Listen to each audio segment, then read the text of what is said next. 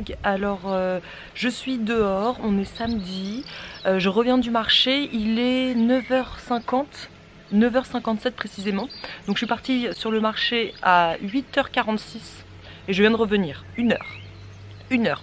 Parce que nous ici, comme je l'ai déjà dit, on est dans un petit village, le marché il est allé à 2 minutes à pied de chez moi, donc pas d'excuses pour y aller tous les samedis, hein, c'est vraiment le rituel, le matin on y va, il commence à 9h, mais c'est vrai que depuis le début du confinement il a maintenu son marché, mais avec des gestes barrières, etc. Il faut être à des distances de sécurité, etc. Donc les gens ils arrivent généralement à 8h30, 8h40 histoire d'être sûr de passer en premier. Moi je suis arrivée à 8h47, il y avait déjà énormément de monde, donc le temps que chacun passe, et ça met 1 heure quoi. Donc heureusement j'ai mes petits AirPods dans mes oreilles et je regarde une vidéo YouTube, un truc comme ça, j'écoute un podcast histoire que ça passe un petit peu le temps. Du coup voilà, j'ai fait mon petit marché. Donc nous il y a juste un seul producteur chez nous qui vit ici, qui vit dans notre village, donc c'est vraiment 100% local, c'est pas bio, c'est sans traitement, donc voilà, ça fait maintenant 3 ans que je vais chez lui tous les samedis, je n'en déroge pas, c'est vraiment le petit rituel. Et puis on a des légumes du coup frais parce qu'il les cueille généralement soit le vendredi soir soit aussi le samedi matin, donc vraiment très frais, très bon. Et il y a de quoi. Il y a des petites choses qui ne sont pas de lui comme les pommes par exemple et les fraises qu'il achète à d'autres producteurs, et le reste c'est de lui quoi. Donc voilà, je vais vous montrer ce que j'ai pris pour la semaine. Donc je suis dehors pour une fois pour vous montrer tout ça, tout simplement parce que Alba elle dort là dans le salon, donc j'ai pas envie de rentrer et la réveiller, donc je rentrerai plus tard.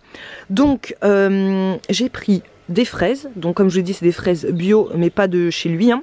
Donc voilà, ça c'est pour donner à Alba, comme ça elle adore en manger comme ça directement, ou aussi dans les compotes. Enfin voilà, c'est un fruit qu'on aime beaucoup à la maison et nous aussi on en mange pas mal dans les porridge, etc.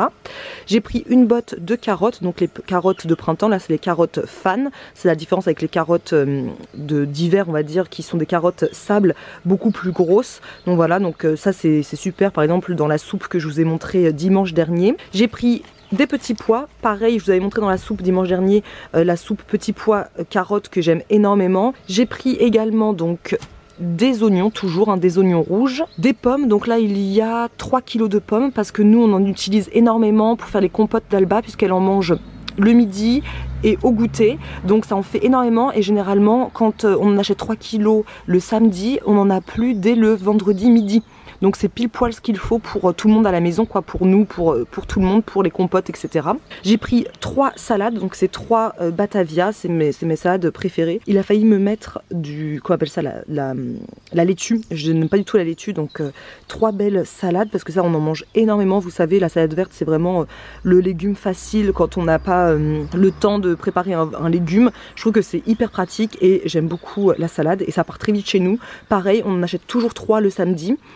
Et généralement on n'a plus à partir du vendredi soir, donc c'est pile poil. Les premières courgettes, c'est la première fois qu'il en a, donc je suis trop contente parce que les courgettes c'est un petit peu ma passion. Je vous ai d'ailleurs fait un post Instagram hier où je vous disais que c'était mon légume phare du printemps-été, donc je suis super contente. Donc je lui ai dit de mettre moitié-moitié, des jaunes et des vertes, parce que j'ai pas mal de recettes à faire. Donc là je vais pas faire de meal prep ce week-end, tout simplement parce que là je vais avoir pour 2 semaines de création de recettes et à photographier pour l'e-book d'été qui va sortir mi-juin. Donc pas de meal prep pendant cette période là, comme à chaque fois qu'on crée un e-book, c'est moi qui prépare les recettes, qui les cuisine et qui les prend en photo. Et Marisa elle, sa partie c'est de préparer en fait tout le document que vous avez sur le site après. Donc pas de meal prep puisque tout simplement on va manger toute la semaine prochaine que du e-book d'été en fait. Donc je prépare, je prends en photo et on mange ce que je vais faire. Et j'ai pris également 2 kilos de pommes de terre. J'en ai pas pris beaucoup, des on en prend à peu près 3 kilos. Là j'en ai pris 2 kilos tout simplement parce que il nous en reste un petit peu de la semaine dernière. Donc voilà tout ce que j'ai pris pour la semaine en fait, tout simplement. Ma mère elle est encore avec nous pendant quelques jours là, donc on est quand même pas mal à la maison. Ma belle-fille va bientôt aussi arriver puisqu'elle reprend pas l'école du tout, donc elle va arriver pour 10 jours, 15 jours, 3 semaines, on sait pas trop. Voilà, là il n'y a plus vraiment de date, hein. On fait comme on peut avec ce Covid. Alba ne va pas à la crèche non plus, elle reste avec nous. Mathieu a repris le boulot, moi je travaille toujours. Donc voilà, on est quand même nombreux à la maison, donc il faut bien tout ça pour qu'on puisse manger, faire les compotes, faire les purées d'Alba. C'est vrai qu'à la crèche, c'était la crèche qui se chargeait du repas du midi. Et là maintenant, c'est nous. Voilà pour ce petit retour de marché. C'est beau, j'adore voir tout ça. Ça donne envie de cuisiner. Et je suis trop déçue parce que je voulais des concombres pour faire ce soir le taboulé que je vous ai présenté d'ailleurs dans la dernière vidéo. On voulait trop manger ça ce soir et puis il n'y avait plus de concombres. Je suis arrivée un petit peu trop tard. La dernière de la file et il n'y avait plus de concombres. Donc c'est pas grave, on fera autre chose. Ah, et en rangeant, je viens de me rendre compte que j'ai oublié de vous dire que j'ai pris aussi des oignons nouveaux. Donc voilà, c'est ma petite passion du moment. On en achète tout le temps depuis le début du printemps, c'est vraiment super bon. Dans des riz cantonnés, dans des riz frits, dans des salades, franchement c'est super bon. Je suis dans ma chambre, donc là j'ai pris mon petit déjeuner. J'avais hyper faim et je savais en plus ce qu'il y avait au petit déjeuner. J'ai refait des msmemen, j'en ai fait il y a 2 jours. Enfin avant-hier quoi, c'était pour nous retrouver avec Marisa après 2 mois de confinement. On s'était pas vu depuis et du coup elle avait un rendez-vous de suivi de grossesse à Angers. Du coup elle est passée à la maison et c'était super. Et je lui avais fait des msmemen pour lui faire plaisir quoi tout simplement. Et du coup au lieu d'en faire 7 comme j'en avais fait dans la précédente vidéo recette marocaine, j'en ai fait 20. Donc j'ai passé un bon moment à faire ça. Et du coup là c'était la dernière qui restait.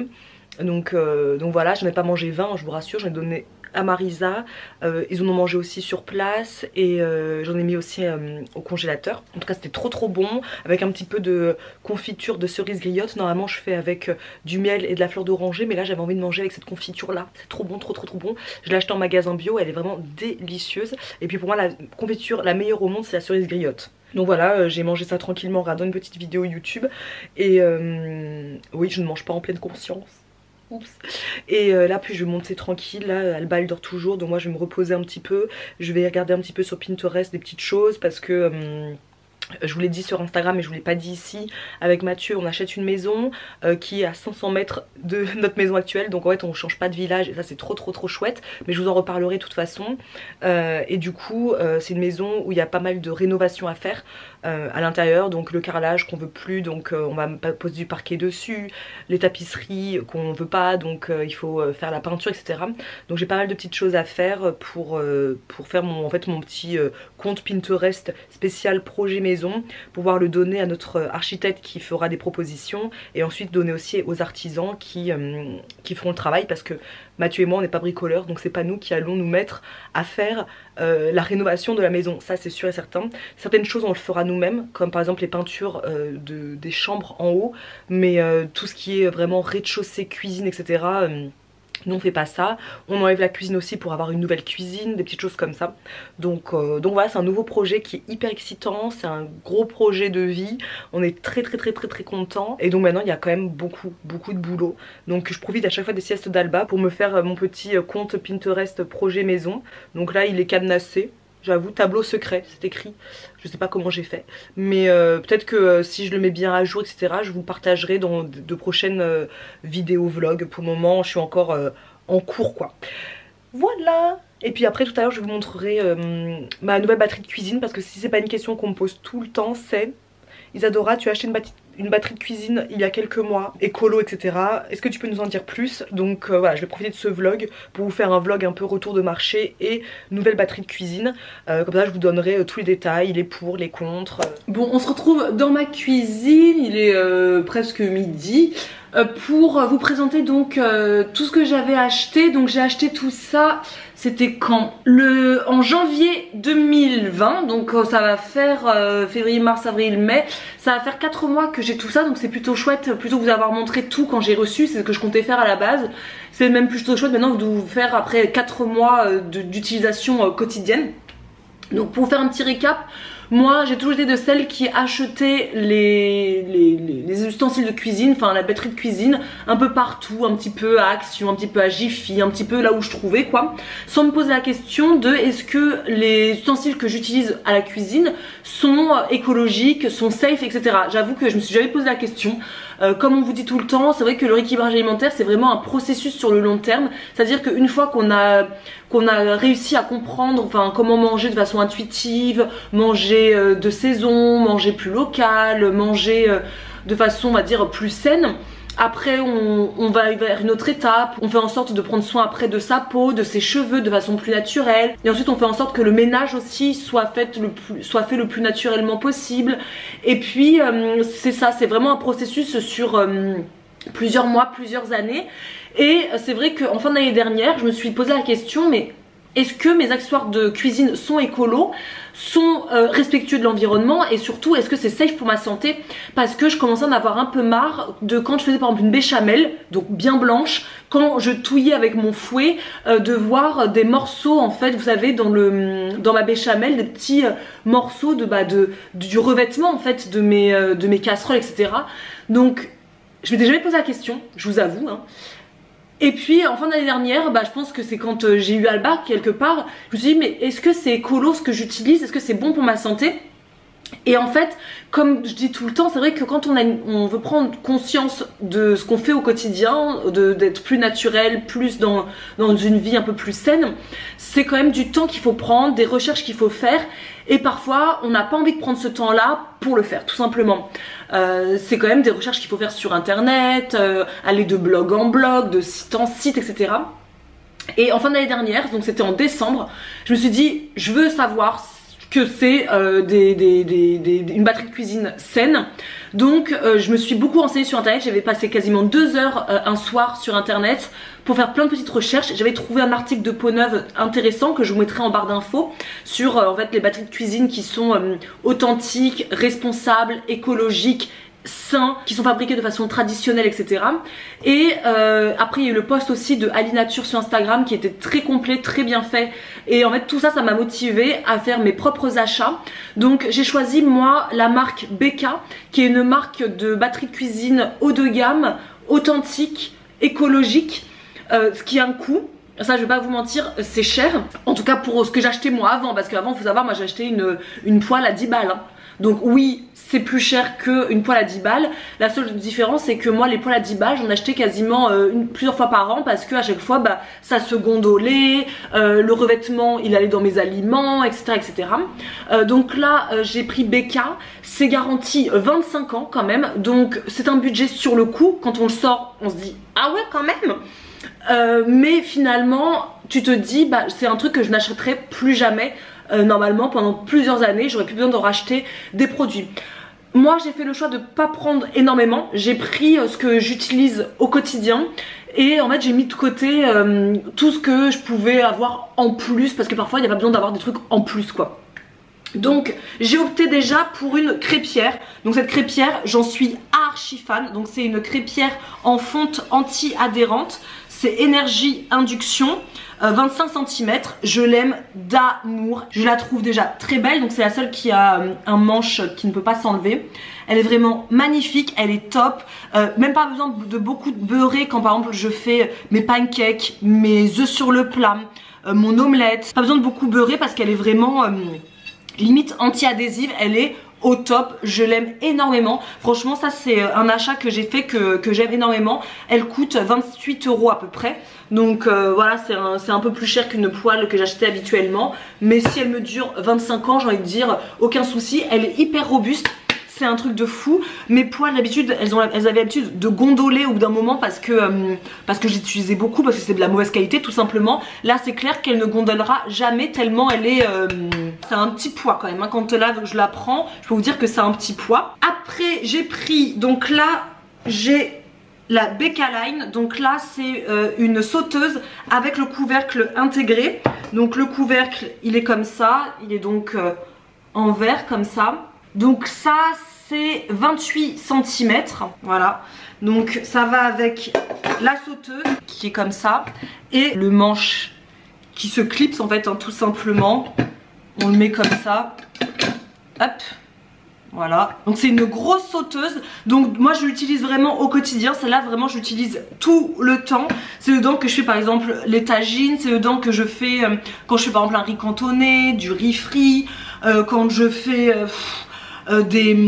enfin tellement de choses, je pourrais même pas vous dire, mais vraiment là en ce moment je fais beaucoup de tagines dedans. Et vraiment on a pris des grands formats, tout simplement parce que je voulais pas des plus petits, parce que si on a du petit après du grand ça fait beaucoup dans la cuisine et surtout c'est un coût qui est plus important.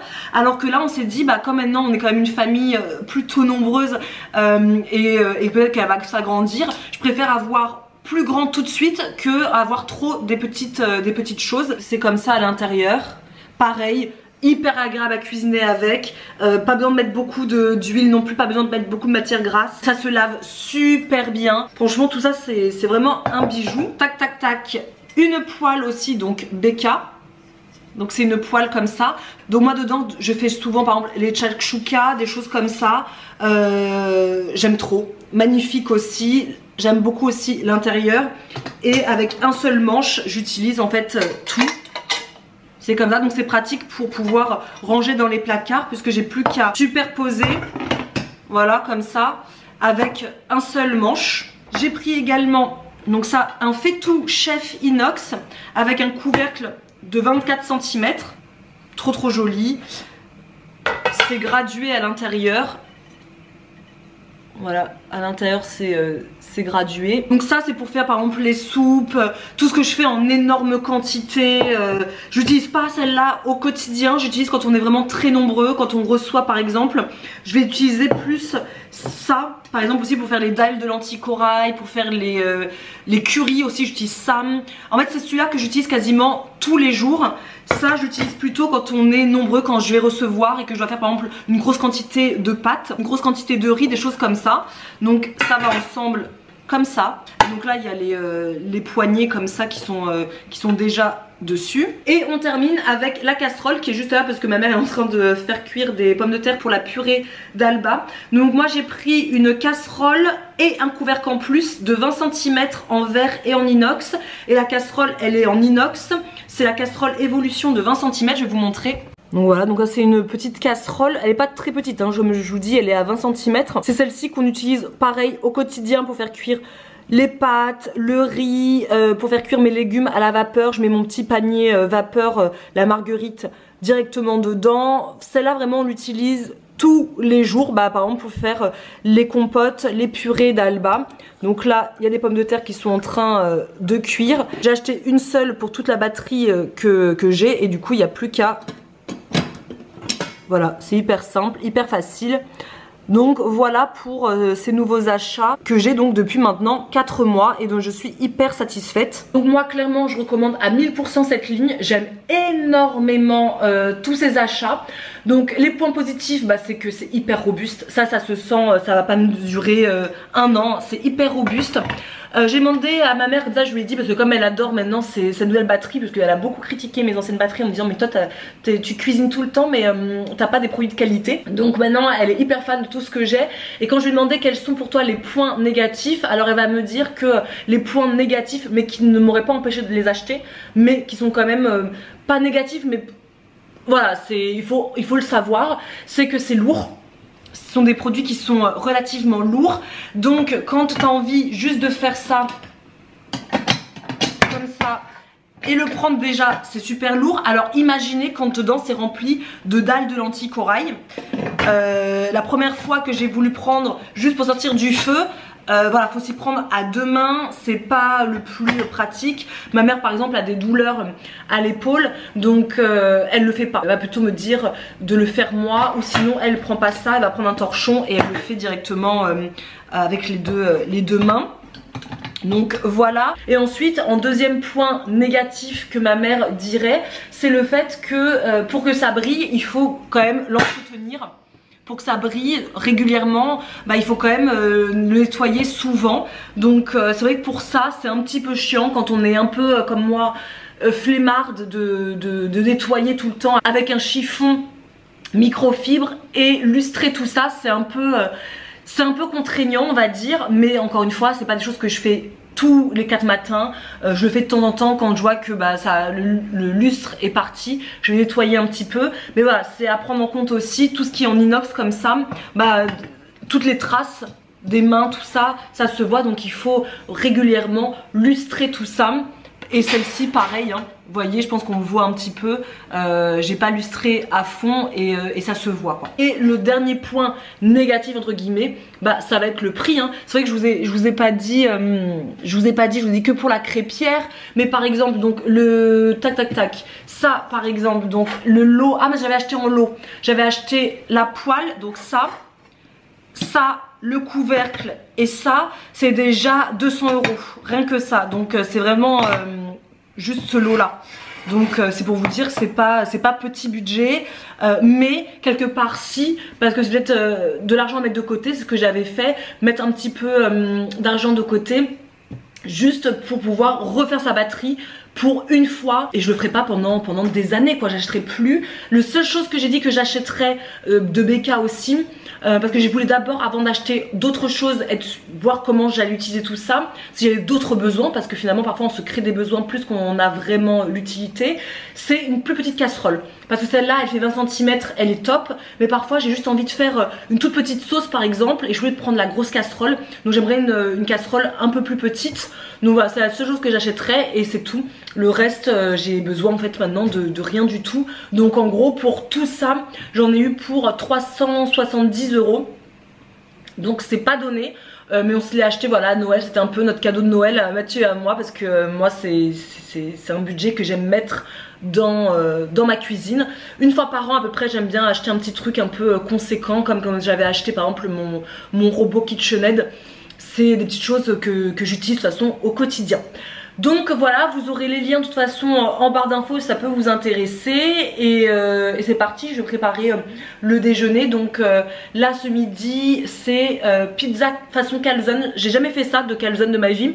Donc c'est la pâte à pizza classique qu'on vous a déjà partagé sur cette chaîne, de la pâte de ma mère quoi, la pâte à pizza de ma maman. Mais là on va la faire façon calzone avec des poivrons que j'ai dans le congélateur, une petite sauce tomate, de la mozzarella, des olives, et ce sera délicieux, j'espère, parce que je n'ai jamais fait ça de ma vie. Voilà.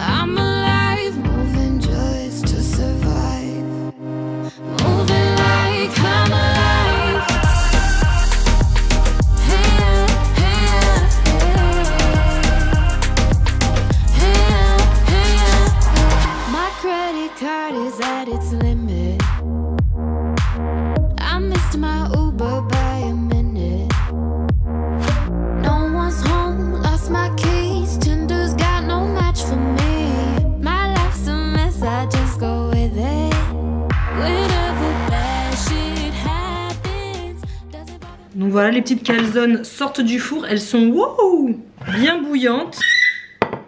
C'est la première fois que j'en fais, j'avoue, et j'aurais peut-être dû mieux souder, parce qu'il y a certaines fois où ça s'est un peu échappé, mais c'est pas grave. En tout cas c'est super joli, ça sent super bon, comme dit ma mère, ça sent bon la boulangerie là à la maison. C'est super bon. Donc là on va mettre de la salade. J'ai acheté quand même 3 Batavia sur le marché, donc je peux vous dire qu'on va en manger.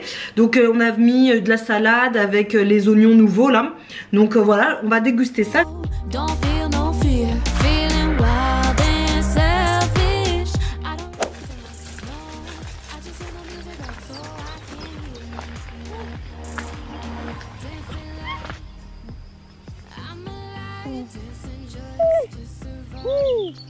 Elles sont belles les petites vaches.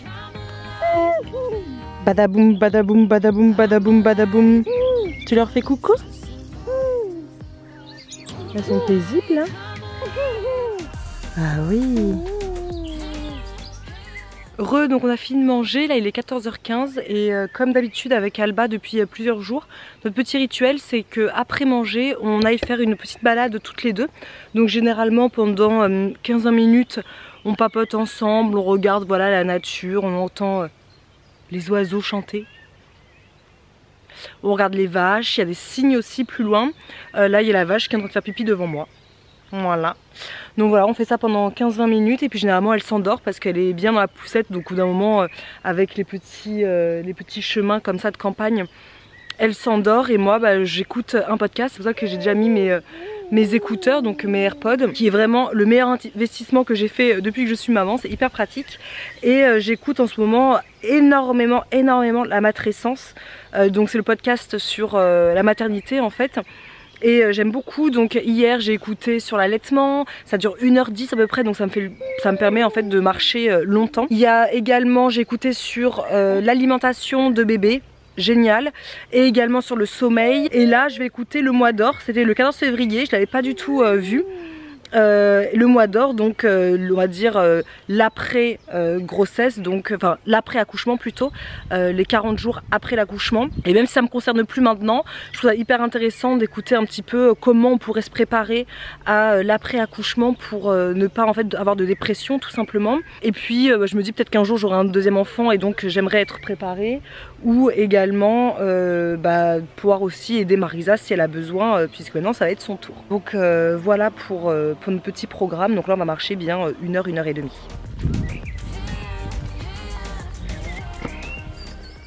Il est 18h42 précisément. Donc on a marché avec Alba un petit peu et en fait là, comme elle est en train de faire ses deux dents, enfin du haut là, on les voit, elles commencent à apparaître. Celles du bas, nickel, elles sont bien hautes, mais celles du haut, elles sont en train de percer. Donc elle est un peu, elle pleure pas du tout quand elle fait ses dents. Elle a juste besoin un petit peu de chaleur, de réconfort, etc. Donc finalement la balade elle a pas été au top puisque elle avait juste envie que je la porte. Donc on est rentré à la maison et ensuite on a fait une sieste de 2 heures. Voilà, moi aussi. Je me suis réveillée, il était 17h30. Et depuis 1h là, je l'ai fait téter, ensuite on joue un petit peu, etc.